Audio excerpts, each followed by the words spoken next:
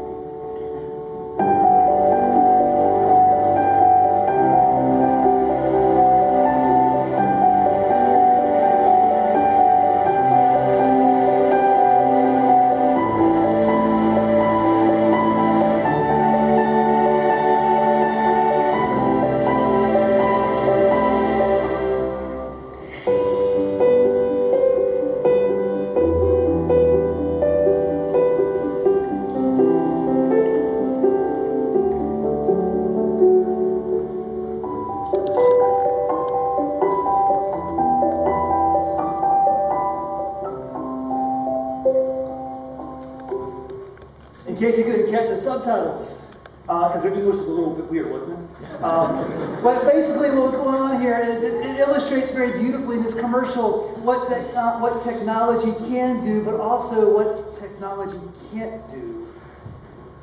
Billy Graham was giving a lecture 20 years ago in 1998. It was a technology conference. They had invited him to speak about religion and the changing world. And when he began this lecture, he talked about this particular meeting that he had with the executives of Silicon Valley. These were ahead of their game. They were presenting to him the vision of technology for the future. And he came back to this conference, in this lecture, and he said, the world is about to be introduced to a whole new way of living. He said technology in the future for the next 10, 20 years is going to just revolutionize the way that we live.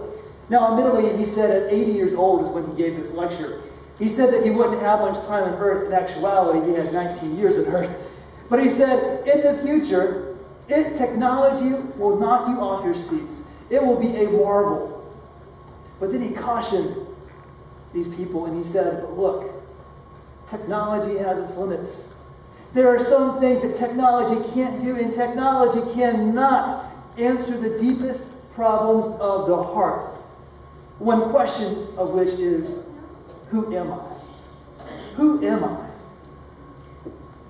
And so, the Gospel of John today, as we read, paints this picture about Christ entering into our world, and it says that Christ took on our flesh and then moved into our neighborhood. I like the way that's worded.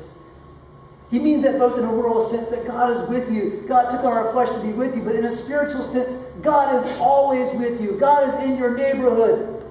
He's in your world. He is available to you all the time. God moved into your neighborhood. There's a great documentary that came out recently. It's called Won't You Be My Neighbor? It's about Fred Rogers, the Presbyterian minister with the show Mr. Rogers' Neighborhood. We all know this show, right? If you can show that picture there, here's Mr. Rogers, if you need a reminder. Presbyterian minister, he always wore that little sweater, and he lived, the show was in this nice little home, nice middle-class home. They would, kind of go out to a wider shot, and they would show this bigger kind of middle-class community, and it just kind of presented a very safe, nurturing place where kids could learn about the world. Around that same time, in the early 80s, there was an up-and-coming comedian named Eddie Murphy on Saturday Night Live. He did these parody sketches of Mr. Rogers' Neighborhood, if you could show that picture. The humor of these reoccurring sketches, and he called this Mr. Robinson's Neighborhood, was that his neighborhood was a little bit different from Mr. Rogers' neighborhood. His neighborhood was really loud and noisy. He didn't live in a home, he lives in an apartment. He was surrounded by all these neighbors on either side. There was always ambulances going by, police sirens. When there was a knock on the door, it wasn't the friendly postman, it was the landlord asking for his money. When there was a word of the day, it wasn't a nice, kind word, it was a street word, a word of survival. And so the humor was found in the fact that not every neighborhood is like Mr. Rogers' neighborhood. And in our world, it is becoming increasingly noisy, because Billy Graham said, our world is about to be noisy. When he spoke to them, he said, technology is great, but watch out because there's going to be more distractions in our world. There's going to be more opportunities to neglect your faith. The world is about to become noisy. When Christ moved into our neighborhood 2,000 years ago, he moved into this idyllic town called Bethlehem of just 500 people and what we call a silent night. Well, our neighborhood's a little different here in Monkey Junction, right? It's pretty loud around here. We hear a lot of sirens, we hear a lot of things going off here and there, and our world is becoming increasingly noisy, and it is becoming more difficult to hear the calling of our divine Savior. And so, for those of you who've been in church for a while, you may know of King David, but 2 centuries before King David, something extraordinary happened. There was a group of people called the Hittites, and they made a discovery. They figured out how the smelting and the processing of iron worked. And so they began creating iron, which revolutionized their culture. But they didn't share it with the Israelites until King David came along 2 centuries later. And he introduced the Iron Age to the Israelites. And in a single generation, their culture changed. We think our world is changing. Imagine having iron for the first time. Imagine not being able to farm anymore with tools of sticks and stone, but being able to have iron plows. It revolutionized their military because now they have iron weapons. And it changed the way they did everything. It did more for them than the microchip and the iPhone. And King David became like the Steve Jobs of his generation. He ushered in all of this change. And yet, in the Psalms, when we hear of King David, does he talk about iron? No. He talks about the things that this new age cannot address, which are the problems of the heart. Who am I? What am I doing here? Why am I here? He talked about sin and forgiveness and God. He talked about the issues of the heart. And with all of this change that is happening in our world, there are still some things that can't be answered by it. They can only be answered by God. And that's true today. There is not an app that you can download that tells you who you are. They may say that there is, but there is not. I can assure you. Matt Cicada made a great observation recently. He said, we've never been more educated than we are today. We have more technology than our parents could ever dream of. There are more opportunities for entertainment and recreation. There is a new Star Wars movie every year. But could it be that all of this addition can become a subtraction in our soul? And I say that as a Star Wars fan. Could it be that all of this addition is wearing on ourselves and distracting us from the things that are indeed most important? All of this new technology makes it possible for new advertisements as well. It is estimated that depending on where you live and what you do, you see an average of anywhere between 500 to 5,000 advertisements on a daily basis. That seems like a lot, 5,000, but think about it for a moment. I'm not talking about just TV commercials and radio commercials and billboards. I'm talking about those who are on the internet, all of the advertisements on there, on social media, just internet surfing, whatever. Walk down the street of downtown Wilmington. You won't process all of the advertisements, but they're all being presented to you. We are constantly being bombarded with these things, and they're not a bad thing. They're not. But you have to be on guard, because what all of this does is it kind of stokes around in your soul to make you want, to make you desire things that you don't really need. Ever been in a movie theater? The movie's about to begin, and then of course they always do it. They play Coke being poured into an icy glass jar very slowly. But then you're like, I'm really thirsty. No, I was thirsty until about 10 seconds ago, but I'm really thirsty. And then you're going up to get some soda before. But that's what this constant barrage does, is that it kind of stokes all of those wants and desires. It's not a bad thing, but you got to watch out for it. And it makes you kind of daydream about things that you want, things that you don't need, but things that you want. Ever thought about, that car that you can afford? Ever daydream about riding down College Road or whatever? It just, riding in that car. Have you ever looked at homes out of your price range and imagined what it would be like to live in that neighborhood over there or that neighborhood over there? We're constantly being invited to want, to desire things. Not bad. It's not necessarily bad to daydream a little bit. It's not bad to entertain some advertisements. But let me tell you, you need to be on your guard. Because all of this desiring and wanting of things is actually impacting our relationships. The way that we interact with goods is bleeding into the ways that we interact with each other.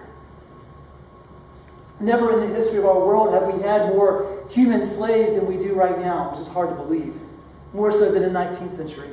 The modern definition of slavery doesn't just take into account of human body and soul, but it takes into account abortion. It takes into account human trafficking, slavery, genocide, all of these things that put a price in someone's head, not just a monetary value, but some other kind of value. And all of that is total in kind of the modern definition of slavery.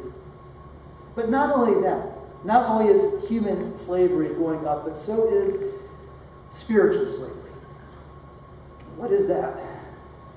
That is when you measure someone's worth by how valuable they are to you. When you measure someone's worth by how valuable they are to you personally. And I think that in a lot of our relationships, more than we realize, maybe not here at church, but in other places, we subconsciously just kind of use each other. Our relationships are kind of artificial. They're transactional. Quid pro quo. I'll do this for you if you do this for me. I'll invest in this relationship because I know that I'm going to need something from you eventually. And when they lose their value to you, cut them off. That's how a lot of our relationships work.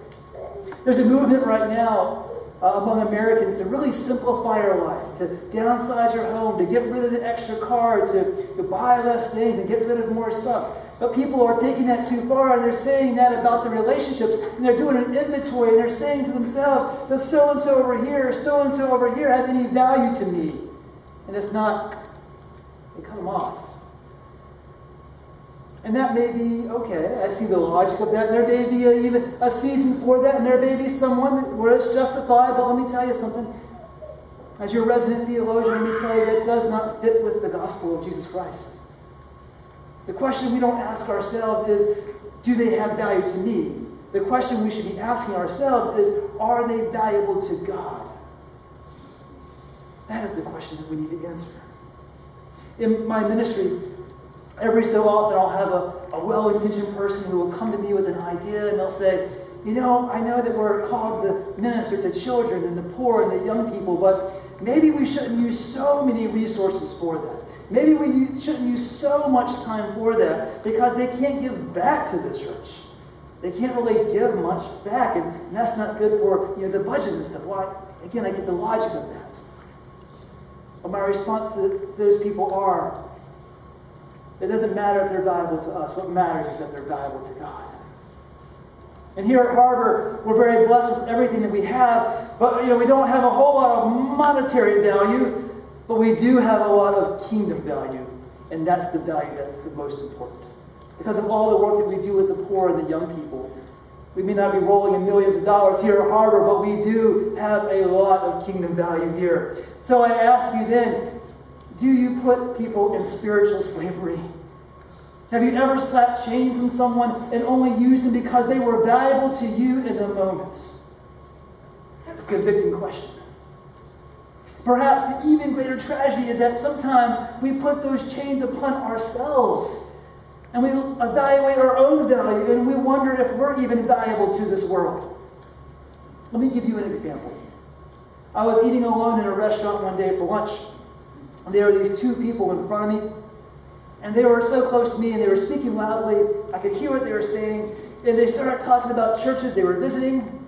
I was debating if I should walk over there and invite them to mine. I thought it might be creepy, because then it would seem like I was eavesdropping, which I was. So I stayed where I was. But then someone said, hey, have you checked out such church? It was my church. So my ears perked up. Couldn't help it. And the other person said, yeah, I did actually. Didn't like the sermon. So I went from wanting to invite them to my church to how can I get out of here as quickly as possible.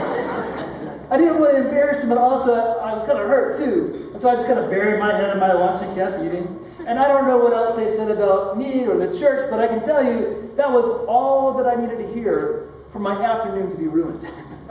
Because I went away from there thinking, man, if I can't be good at the thing I'm trained to do, then what value am I to the world? If I can't be good at this, then what good am I to anyone else? And you begin thinking these really bad thoughts about yourself, and the next thing you know, you've slapped some chains on yourself already.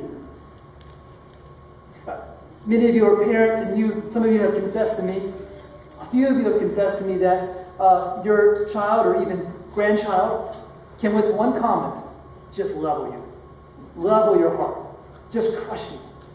They can say something to you about maybe you're not such a good parent. Or maybe they don't love you as much as you do. And that just levels you. When I was a kid, I told you this before, but I think it's important to say it again. When I was 10 years old, my parents, we were moving as a family, and my dad told me, and he was a Methodist minister, and it happens pretty quickly, and I was so upset. I said, Dad, I hate you. And I didn't know it then. I didn't find out until I was an adult, but that leveled my dad. Just crushed him. But you know what? I was a 10-year-old kid. And I didn't know better, and I was hurt until I lashed out, and that's the way life is sometimes. Or I know some of you are early retirees, and so a few of you have spoken to me about what it's like in retirement. You look forward to this day for a long time, but then you get there, and you're trying to find your purpose. You're trying to find what's next, and that can be hard. It can actually send you into kind of a depressive state because you don't really know what your value is anymore. And you're wondering, what good am I to the world? And you begin thinking these thoughts that maybe you're not worthy enough to everyone else. We are becoming more and more conditioned to believe that the love that we receive is dependent upon the value we offer to others. And that may be true for some people in your life, but it is not true for God. God moved into your neighborhood because He loves you. And He doesn't care if you don't check His mail every now and then for Him when He's out of town. He doesn't care if you don't babysit His dog. He doesn't care if you're late with your HOA. He doesn't care if your dog poops in His yard. He moved there because He loves you. And He doesn't expect anything in return. He made you in His image, and that's enough for Him.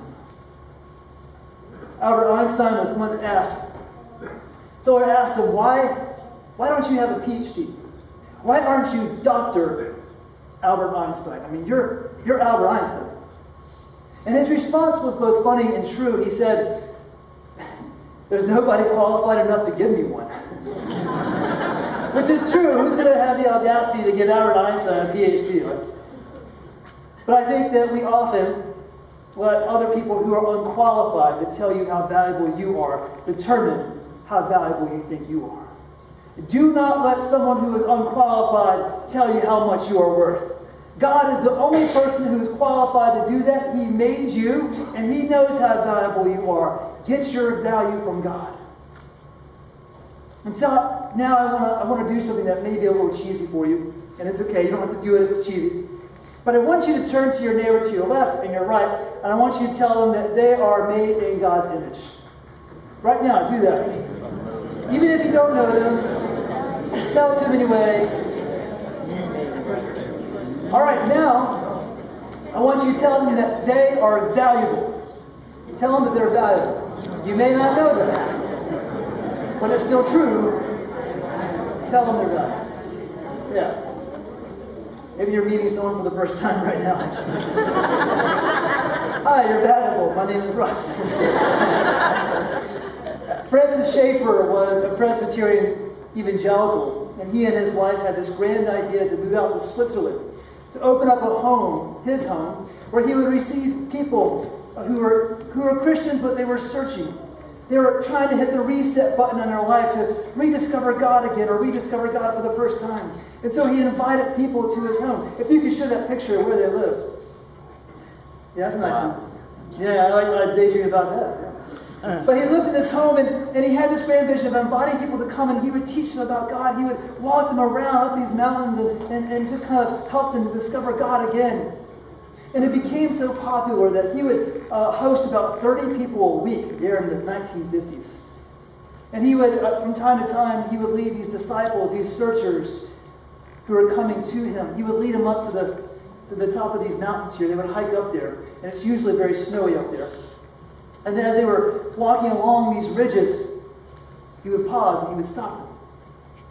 And he would say to them, you see this snow that you're walking down here? This snow, when the spring comes, it's going to melt. And that water can go one of two ways.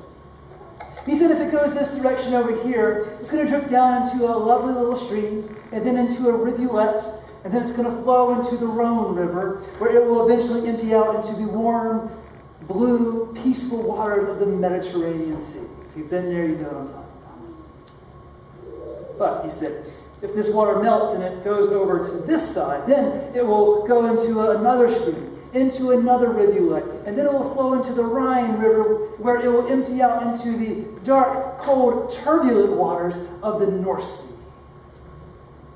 He said right here, on this continental divide, this is where the issue is settled. Right here. So now I want to invite you to close your eyes with me and to bow your heads. I want you to listen to me speak, and we're going to pray in a moment here. I know that a lot of you here are caught between two streams.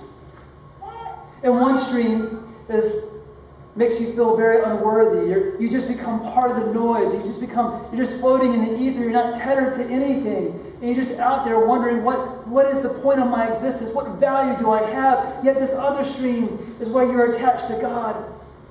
It's where you're a child of God. And Francis Schaeffer would tell these people, our mountain is right here. Either recognize that you are a beloved child of God, and if you do that, it will change the direction of your soul. It will impact your soul for the rest of your life if you recognize, not just in your head, but in your heart, that you are a beloved child of God and you are valuable. And so with your eyes closed and your heads bowed, I want us to, maybe if we need to this morning, to hit the reset button and to confess our heart and say, God, we are valuable. We believe that we are made in your image. We believe that we have a purpose in this world. Speak now silently to God if you need to.